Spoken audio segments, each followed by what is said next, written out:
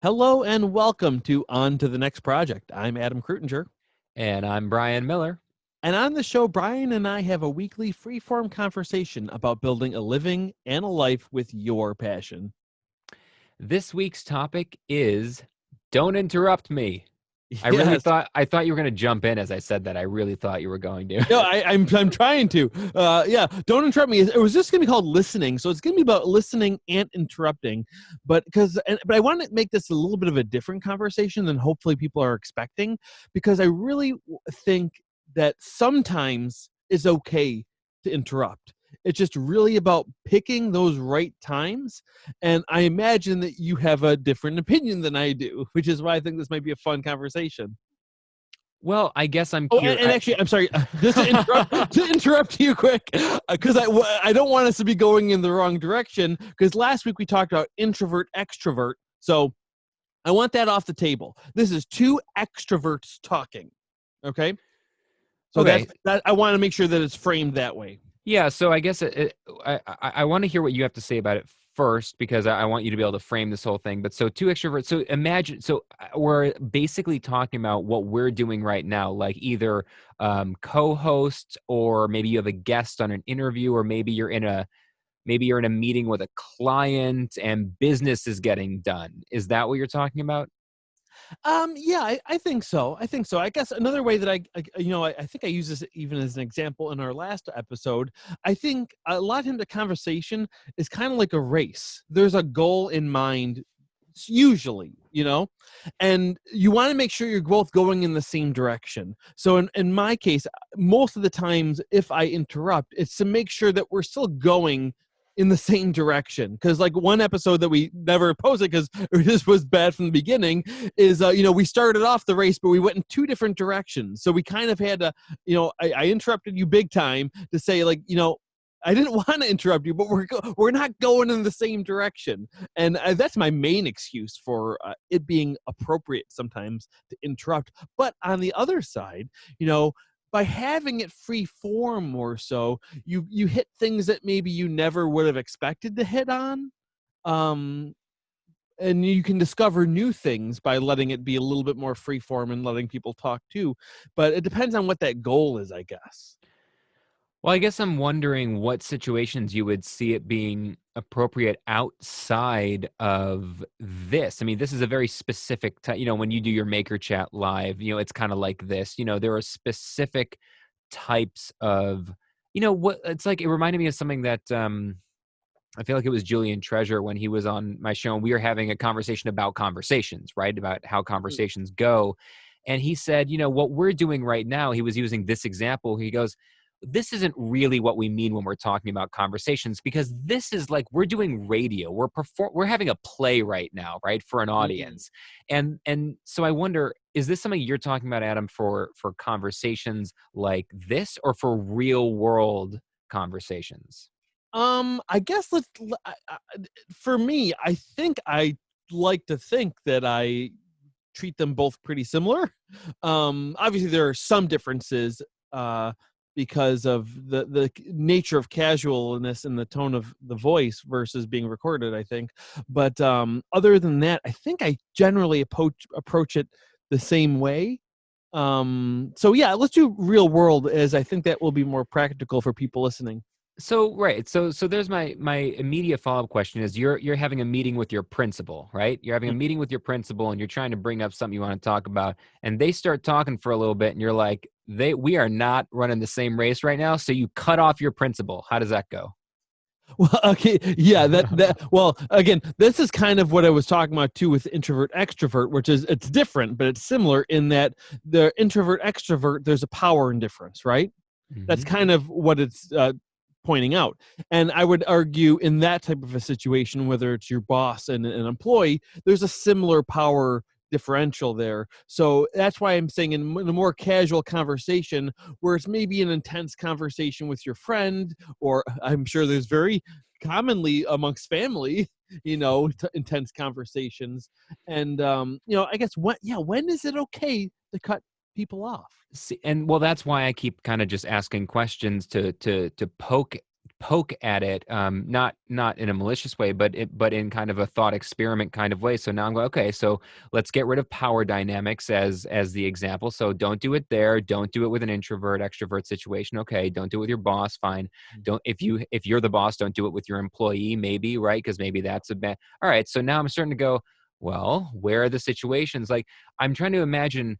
Let's say you said, oh, maybe family, right? Okay, so you're having a heated argument with your family. Now, I have no doubt that you cut people off because I know you. I have no doubt that you interrupt people when you feel like you need to. My question is, how often have you interrupted someone and they've responded positively to that?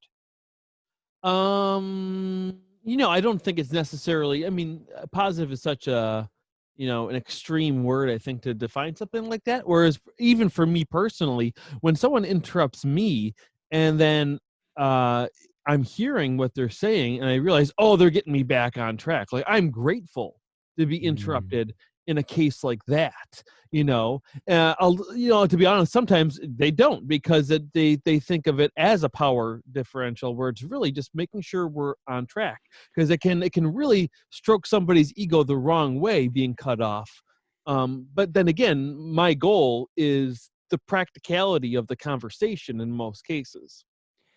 I guess what I'm wondering is where is there a hierarchy? Like, is it actually more important that you get that you've decided, like it just feels like you're the arbiter of the conversation where you're saying, well, I know where this conversation should be going and you're not doing it right. So I'm getting us back on track. Whereas isn't there an argument to be made that the person getting their voice heard in that moment, even if they're off course, that's more valuable than getting interrupted because you can wait for them to say their piece and then say, I hear you. I don't think we're talking about the same thing, though, and then catch up. Sure. I mean, that could work. I would argue that it's not me being the arbiter of the conversation as much as almost any conversation, you're having it for a reason, generally. Whether you're talking about, if it's politics, like who you think is the best candidate and why, something like that. Even though there's a lot of differentials in the way that could go, it's something you can tell if that's off track, if you start talking about something completely off the wall. And sometimes it does happen where I start to cut someone off. I'm like, that I think it's off track, and they're like, no, no, no, wait, I'm gonna connect it, and then I'm like, oh, okay, okay, go ahead. So I'm equally open to being like, oh, I'm gonna connect this. Don't worry. It's just sometimes, it does look like it's going quite astray. That's funny. I remember just the other day I was talking to someone and I knew I was starting to give an example and I was going to tell a mini story and I knew it was going to look like it was going off the rails. And so I said, before I started, I said, this is going to feel like it's not related, but trust me, it is. I'm going to come back around, Yeah. wait for it. And I know myself well enough to say, I know I'm about to tell a story. So give me a minute. It's going to be worth it, but that comes from a professional experience that you and I have doing stuff like this. Most people don't think to do that in conversations. And when I'm in a personal conversation, I probably wouldn't think to use the kind of professional courtesies that we use in stuff like this. I'm imagining. Well, I think that it's just like, I think the stigma is the word interrupt, because it sounds so negative and says you were trained not to do that. That's rude. When really, if you just rebrand it as, keeping us on track, keeping us in check. I mean, not that that's something that sounds inviting. It takes away the sting, I think, a little bit. I mean, I don't see.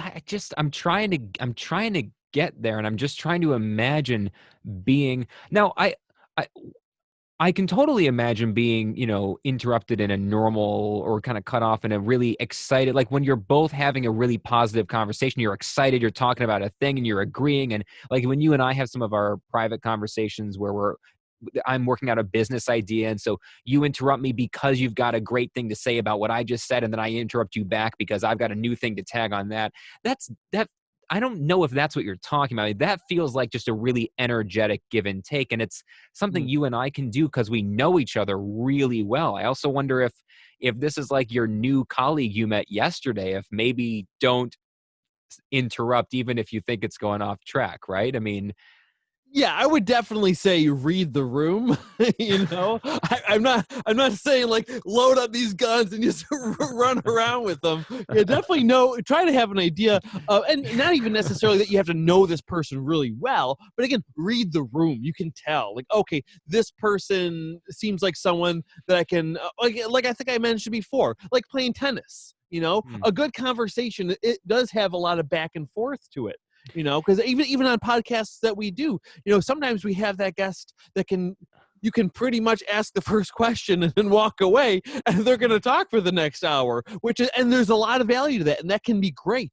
But I know at least, and now I'm getting a little bit off of topic, because I'm just talking about the type of podcast I like. I love the volley in a conversation, Yeah, and but I think that's how you learn more. I think there's something different though about I think that I see what you're going for. The volley, I'm with you on that. But I think there's something very different about a volley versus I'm imagining we're playing tennis and I hit it to you and then I sprint over to your side and hit it back to myself before you get a chance to. That's what interrupting feels like to me. Like that ain't right. Yeah.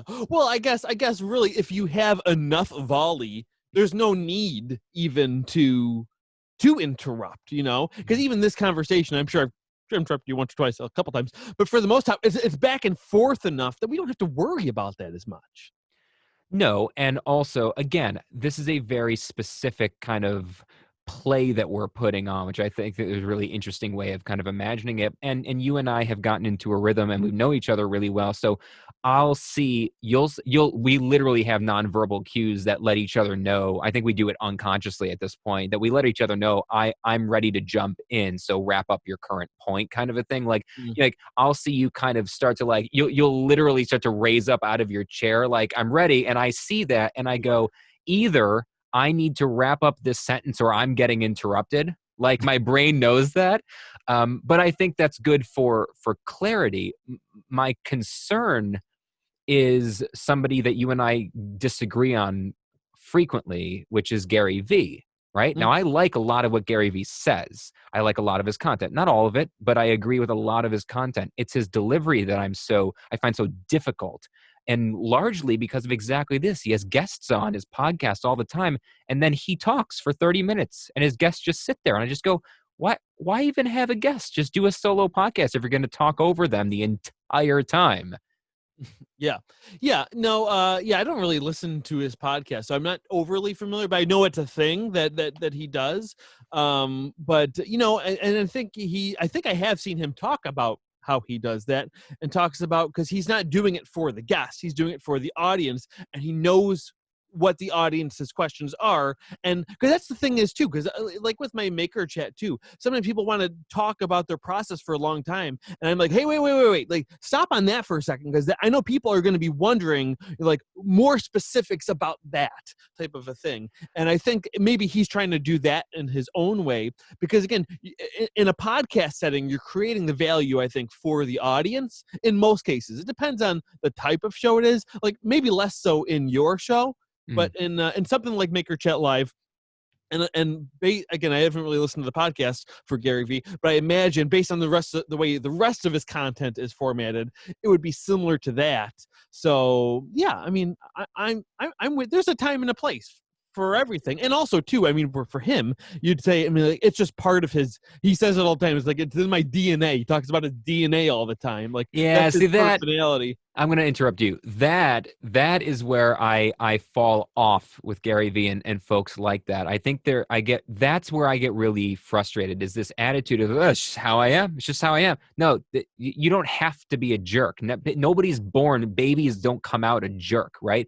Like babies don't come out interrupting on purpose. They cry a lot, right? But like they're not. Nobody's born interrupting people. It's something you learn from Well, your again, I think family or you just put that stigma on that word, because like no one's born a jerk. Like in his mind, he's not being a jerk. He's, if anything, he's doing a favor because he's making sure we stop on the points that are important. That's where we disagree. So, right. Okay. So, in his mind, you're right. He's not being a jerk. But I don't think what's in his mind, this is intention. We had this conversation a bunch of weeks ago.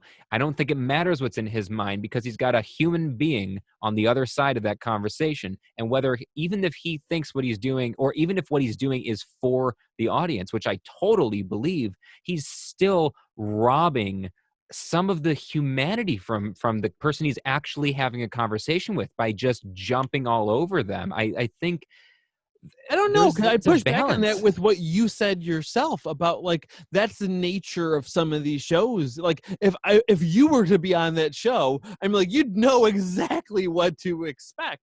And you wouldn't be I would be more upset if he didn't interrupt me, because that means I must have had no value to give. Yeah, see, if you watch, and I don't want to get too stuck on Gary Vee, but if you I don't watch a either. lot of his guests, I think a lot of them get frustrated, but they're smiling through it because they know they're getting great exposure. And I find that really frustrating. And in fact, I've personally spoken with people who will remain unnamed who've been on his podcast Yeah. and have said exactly that. Yeah, I knew it was going to happen, but even though I knew it was going to happen, it was frustrating because I couldn't say anything I wanted to say about my project, whatever. And then they'll go, but I was so grateful for it's just like, oh, bow down because he has an audience. I get frustrated. It's still people. People are people, and I feel like we need to treat people respectfully. And we're doing this thing where we keep bouncing back and forth between the professional play acting setting and the Mm. the the personal the personal setting. Yeah. So what? Well, again, just to tie into that too, though, because I think that's why I was saying that connects more to what you're saying, because I think that what he's doing is, again, and I don't want to stay on him much longer either, but I think what he is doing is more of the play acting thing. In which case, when you come on, you know your role to an extent. But I understand what your Yeah, your point is too. And again, the icing on the cake to that is it's not for everybody. There's no. definitely I've seen episodes with those people, but I think, and also too, he interviews a lot of people that probably aren't used to being interviewed, so he has to do a lot of the lifting in that sense too. So So then let me ask then. I mean, how how do you how do you work out? I mean, okay, so the main value that you're saying here is that it's keeping the conversation on track. But it's interesting because I feel like what you said earlier, I kind of we didn't touch on it and I just accepted it. And now I'm wondering, which is you had said the every conversation has a purpose, basically. Almost every conversation has a purpose. And I'm thinking to myself, going, "I I don't know if that's true or not." I'm thinking like most of our conversations have a real specific purpose, but we've blurred the line between personal and professional for a long time. And when I think about when I used to, sit in airports and coffee shops and restaurants and hotel lobbies and stuff, and you're just chatting for 5 minutes with the person in line next to you, there's no purpose there other than to share a moment, to share a connection. And I think to that end, interrupting would be incredibly rude unless this person is just talking and giving you no attention whatsoever, not ever volleying it back to you, in which case you could interrupt to say, I'm leaving now. I mean, yeah, like, yeah. No, I mean, I push back on that a little bit. Is that I do think there's a goal in that, but the goal is just different. But I do agree that it would not be a goal that would necessarily encourage interrupting, because your mhm, goal in that point is to get to know each other. mhm. Um, and in that point, there's no reason to interrupt, because especially even if it's that case, like you said, they drone on and you never get a word in. You interrupting is also their impression of you in that case where you're trying to get to know somebody. So I would say definitely don't interrupt if it's the first time you're talking to this person, and if you're trying to get to know them and have them get to know you. So let's pull this in specifically to entrepreneurs, artists, freelancers doing this kind of work. Where does this fit in with, say, you're working with, as an artist, you're working with a client? And I know for artists, this could be really frustrating because the client comes in sometimes with these ideas of what they want, and the artist, as the artist, you're going, you have no idea what you want. I'm the artist. Let me do my art.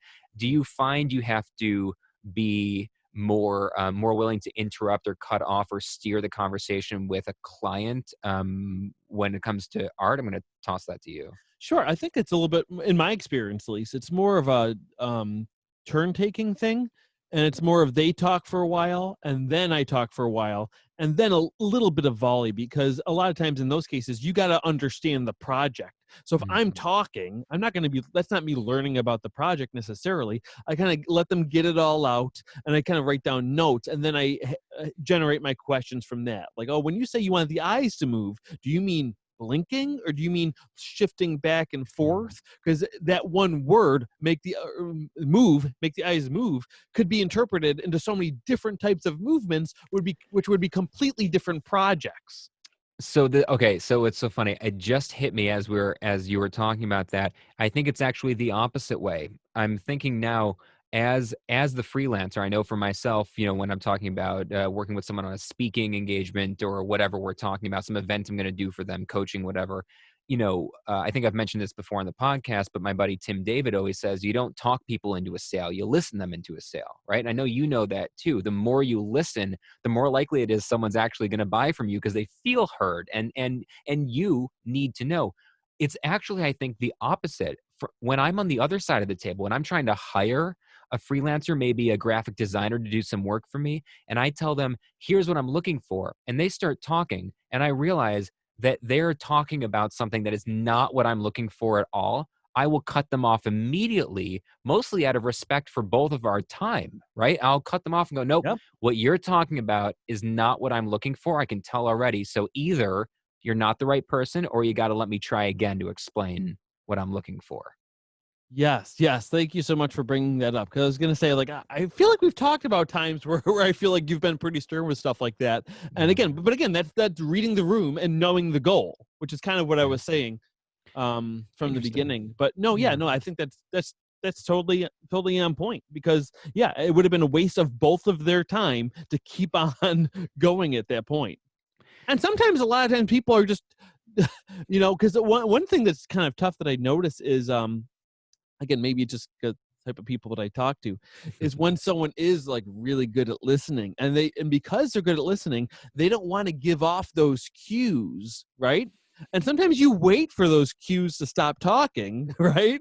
Because them thinking like, oh, I got to drag this out as long as I can because they don't have anything to say yet. But then when you throw it back to them, then again, that's kind of reading the room. And again, the more you know those people, actually, because that was one thing I was going to talk back to, connect to before too, is when you mentioned about our relationship and knowing our cues. And I think I do agree with you, but I think those cues are natural in most people. You can tell when someone wants to say something almost always, I think, and especially in person. I d- I don't know if I agree with that or not, but I would have to. I haven't seen anybody in the real world in 3 months, so it's hard to have a. It's I can't remember if that's true or not. Yeah, no, it's definitely strange times for something like that. Oh man. Well, I think we should toss it back to the audience. I'd love to know if on the side of being an artist, freelancer, creative entrepreneur, whatever, if you find yourself having to cut off maybe clients or colleagues or anybody like that to keep stuff on track, or on the other side, if you've ever had to hire someone, even someone just to do lawn care for you or paint a room in your house, or a plumber, or you know what I mean, where they've started to talk and you've had to cut them off. When is it not appropriate, if ever? Yeah, that's why I really want to know from people, because I am sure that there are appropriate times to do it, and there's definitely appropriate times not to do it. And one more quick example I just want to get is, I used to get it on my podcast once in a while, like, oh, I wish you guys talked more about this point, because they mentioned a point in the middle of their story that we could have expanded on. And sometimes, and I know you know this from running podcasts, sometimes it doesn't make sense at all to go back. You know, Totally. And I do it. I do it all the time. And like I said, I mean, this is a very specific situation where there's a goal, and like you said, usually people are very grateful when I actually do that.